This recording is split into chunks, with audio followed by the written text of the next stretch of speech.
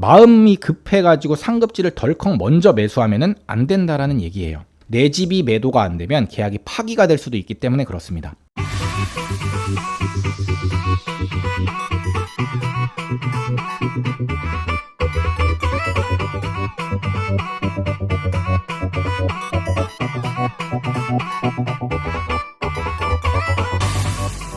안녕하세요. 대한민국 1호 초이스 헬퍼이자 부동산 가치평가사 시크릿브라더입니다.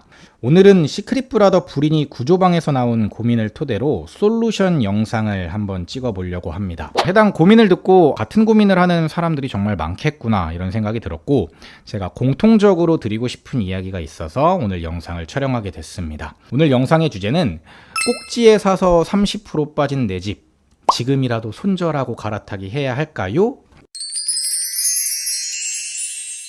하나만 질문 드려봅니다.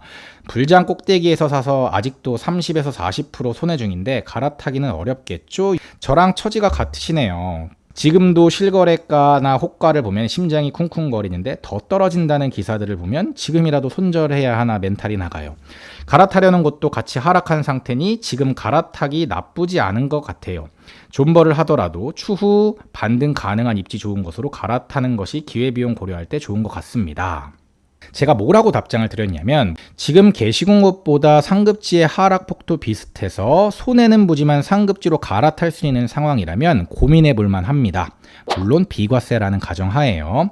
하지만 현재 분위기는 상급지는 어느 정도 반등을 했는데 하급지는 여전히 정신 못 차리는 경우가 많아서 아마 쉽지는 않을 겁니다. 순서는 무조건 내 물건을 먼저 매도하고 상급지를 매수하셔야 합니다. 스텝 꼬여서 급매라고 먼저 매수를 했는데 내 물건이 안 팔리는 상황이 발생할 수도 있으니까요. 이게 제가 드린 답변인데, 이거에 대해서 조금 더 자세하게 오늘 영상에서 설명을 드려보겠습니다. 자, 일단 첫 번째는 메타인지가 필요하죠. 내가 가고 싶은 곳에 내가 갈 수 있는 능력이 있는지 이걸 객관적으로 먼저 판단해 봐야 됩니다. 대출 없이 집을 사는 사람은 거의 없죠. 그렇기 때문에 얼마까지 대출을 받을 수 있고 그 대출금을 갚을 능력이 있는지 판단하는 것이 일단 첫 번째 단계입니다. 그런데 많은 사람들이 여기서 착각을 해요. 월급이 500만 원인 사람이 원리금으로 350에서 400만 원 정도를 쓰죠. 그런 사람이 있어? 라고 생각하겠지만 의외로 이런 사람들이 되게 많습니다. 집값을 예를 들어 볼게요. 지금 7억짜리 주택에 사는 사람이 있다라고 가정을 해보죠. 주택담보대출을 4억을 받았습니다. 이자가 5%라고 가정하고 만기 30년을 제가 가정했습니다. 원리금으로 한 215만 원 정도를 상환하고 있어요. 이 정도면은 크게 무리가 없는 수준이에요. 그런데 이분들 눈에 들어오는 상급지는 8억, 9억짜리 집이 아닐 확률이 높습니다. 최소 10억 이상, 많게는 한 12억 정도의 집이 눈에 들어올 겁니다. 만약에 이들이 10억짜리 집으로 상급지 갈아타기를 했고 대출로 6억을 받았다고 해볼게요. 그러면은 이분들의 원리금 상환은 322만 원으로 올라갑니다. 100만 원 정도 올라가는 거네? 우리가 좀만 더 아끼면 되지 뭐. 이자보다 집값 오르는 게 훨씬 크니까 괜찮을 거야. 여기서부터 불행이 시작되는 거죠. 물론 계획대로 집값이 오른다면 해피엔딩이 될 겁니다. 만약에 근데 지금과 같은 조정장이 길게 이어진다면 이자는 늘어나고 집값은 그대로고 혹은 떨어질지도 모르죠. 아주 밑을 노르실 겁니다. 부부싸움이 끓이지가 않을 거예요. 네가 가자고 했니? 내가 언제 그랬니? 맨날 싸울 겁니다. 꿈에 그리던 집에 살고 있기는 하지만 그 행복은 얼마 못 갈 확률이 높습니다. 금세 새로운 환경에 익숙해지고 또 당연해지니까요. 제가 생각하는 원리금 상환의 적정 비중은 원리금의 50% 정도입니다. 정말 무리한다고 생각하면 한 60% 정도죠. 그런데 이 부분은 60%가 넘는 겁니다. 본인들의 능력에 비해서 과한 집을 선택했다는 뜻이죠. 상급지를 갈아타는 것 당연히 모두가 하고 싶고 로망이고 그런 거예요. 그런데 상급지로 갈아타기 전에 가장 먼저 생각할 건 내가 그걸 감당할 능력이 있느냐를 판단하는 거고, 그 기준이 원리금 상환의 50%를 넘지 않는가가 되었으면 전 좋겠다라는 겁니다. 물론 생활비 수준이나 가족이 몇 명인지 등에 따라서 천차만별이라서 이 기준이 절대적인 기준은 절대 아닙니다. 그런데 일반적으로 50%가 넘으면 과한 대출이라고 저는 생각을 하고 있습니다. 근데 만약에 이자를 줄이기 위해서 이걸 원리금 상환으로 안 하고 원금 상환으로 바꾸면 내야 할 총액은 줄어들겠지만 매월 상환해야 하는 비용이 400만 원 이상이 되기 때문에 이건 거의 불가능해요. 내가 갈 수 있는 능력이 되는지를 메타인지를 잘 해가지고 판단하는 게 첫 번째고, 그 다음에 내가 가고 싶은 상급지의 가격이 저평가되어 있는지를 판단해야 되는데, 만약 가고 싶은 상급지가 무리되지 않는 선에서 충분히 갈아탈 수 있다는 결론이 나온다면 그때부터 이제 저평가 여부를 판단하면 됩니다. 오늘의 예시단지는 사진에서 보시는 것처럼 분당의 구미동에 있는 까치마을 1단지 대우롯데 성경 요 단지입니다. 요 단지는 27평형인데 약 25% 정도가 떨어졌다가 17% 정도를 반등했고 다시 조금 떨어졌는데 호가는 반등 수준인 한 11억 선 정도에서 나오고 있습니다. 이 부부가 가고 싶은 집이 이 단지라고 한번 해볼게요. 그리고 이분들이 살고 있는 집은 같은 구미동이긴 하지만 급지가 조금 더 낮다고 볼 수 있는 분당 무지개 마을의 구미동에 있는 이 단지입니다. 이 단지는 21% 정도 떨어졌다가 11% 정도가 올랐습니다. 호가 역시 한 11% 정도 오른 가격인 6억 5천에서 7억 정도 선에 나오고 있죠. 수리가 잘 된 집이라 매도를 잘한다면 한 7억 정도의 매도가 될 것 같습니다. 하락기에 상급지 갈아타기가 좋은 이유는 가격이 금액 베이스가 아니라 퍼센테이지 베이스로 움직이기 때문에 그렇습니다.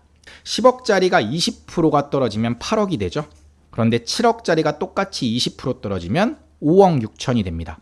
똑같이 20%가 떨어졌는데 상급지는 2억이 떨어졌고 하급지는 1.4억이 떨어졌기 때문에 갭이 좁혀지죠. 이 위 사례의 경우에서 하락기에 상급지는 25%가 떨어졌고 내 물건은 21%가 떨어졌기 때문에 금액도 비율도 모두 상급지가 더 많이 떨어진 케이스입니다. 이때가 갈아타기 제일 좋은 타이밍이죠. 그런데 지금은 반등을 해서 상급지는 17% 정도 반등한 가격에 호가가 나오고 있고 내 물건은 11% 정도만 반등을 했습니다. 상급지의 반등폭이 더 큰 거죠. 이렇게 되면 갈아타기가 쉽지 않습니다. 내 물건과 상급지의 가격이 더 벌어졌기 때문에 그렇죠. 이런 지역은 지금 갈아타기 좋은 타이밍은 아닙니다. 그런데 아직 이런 지역들도 있어요. 상급지에 반등한 가격은 12억 정도로 5%밖에 반등을 안 했는데 하급지는 호가가 11억에서 12억으로 13%나 반등을 했죠. 그러면 이런 지역들은 갈아타기가 좋은 거죠. 만약 내가 보고 있는 상급지가 가격이 이미 반등을 했다면 생활권을 바꿔서라도 다른 상급지가 가격 반등을 했는지 확인해보고 그곳으로 거주지를 옮길지 여부를 가족들과 상의를 해야 되는 겁니다. 여기서 더 나아가서 내가 가고 싶은 상급지의 가격이 저평가되어 있는지를 비교군들과 비교평가를 해봐야 되는 거죠. 이런 식으로 비교평가를 붙여보고 현재 거래 가능한 호가까지 살펴본 후에 상급지 이동을 결정해야 되는 겁니다. 만약에 이렇게 갈 수 있는 능력이 충분한지도 검증이 됐고 가고 싶은 상급지가 지금 저평가됐다는 게 확인이 됐어요. 그럼 그 다음은 내 집을 먼저 매도하고 상급지를 매수하는 게 필요합니다. 첫 번째, 두 번째 단계에서 통과해서 내가 갈아탈 수 있는 환경이 완벽하게 조성이 됐다라고 해서 마음이 급해가지고 상급지를 덜컥 먼저 매수하면은 안 된다라는 얘기예요. 내 집이 매도가 안 되면 계약이 파기가 될 수도 있기 때문에 그렇습니다. 매도의 순서는 항상 안전하게 내 집을 먼저 매도하고 그 잔금일에 맞춰서 다음 집을 매수하는 순서로 가시는 게 좋습니다. 상승장에서는 수요가 붙을 때는 내 물건도 잘 팔리는 상황이 있기 때문에 상급지를 먼저 매수하는 경우도 많았지만 지금과 같은 시장에서는 거래가 꽁꽁 얼어붙어서 잘 안 되고 있잖아요. 그러니까 이럴 때면은 싼 가격의 아파트는 거래가 잘 안 될 확률이 높거든요. 상급지 갈아타기를 생각하고 집을 알아보고 있는데 급매가 나왔다. 만약에 이러면 사람들의 눈이 돌아가는 거죠. 무조건 지금 가계약금을 넣어야 될 것 같은 충동이 막 생기는 거고 그 옆에서 소장님이 이렇게 한마디를 거들죠. 어제 다른 신혼부부도 보고 갔어. 빨리 결정해야 돼. 무언가 홀린 듯 은행 앱을 켜고 있는 자신을 발견하게 될 거고 근데 이렇게 하면 된다 안 된다? 안 된다라는 거예요. 아무리 마음이 조급하더라도 급매를 놓칠 것 같더라도 일단 내 물건을 먼저 팔아야 한다는 겁니다. 근데 그러다가 진짜 그 집이 안 팔리면 어쩌죠? 그건 어쩔 수 없는 겁니다. 그건 내 물건이 아니었다라고 생각을 해야 되는 거죠. 이런 마음으로 갈아타기를 해야 안전하게 갈아타기를 할 수 있는 거고 갈아타기를 하는 순서나 이런 것들이 명확하게 본인 머릿속에 있는 상태에서 갈아타기를 해야 된다라고 제가 조언을 드리고 싶었습니다. 오늘은 단톡방에 올라온 상급지 갈아타기 고민을 토대로 저의 인사이트를 보태가지고 영상 촬영을 한번 해봤습니다. 오늘 영상도 도움이 되었길 바라면서 정규반 링크는 아래 고정 댓글에서 확인해 주시면 되고요. 오늘 영상이 도움이 되셨다면 구독, 좋아요, 알림 설정까지 부탁드리겠습니다. 지금까지 시크릿 브라더였습니다. 감사합니다. 시크릿 브라더 채널을 구독, 좋아요 알림 설정 부탁드려요.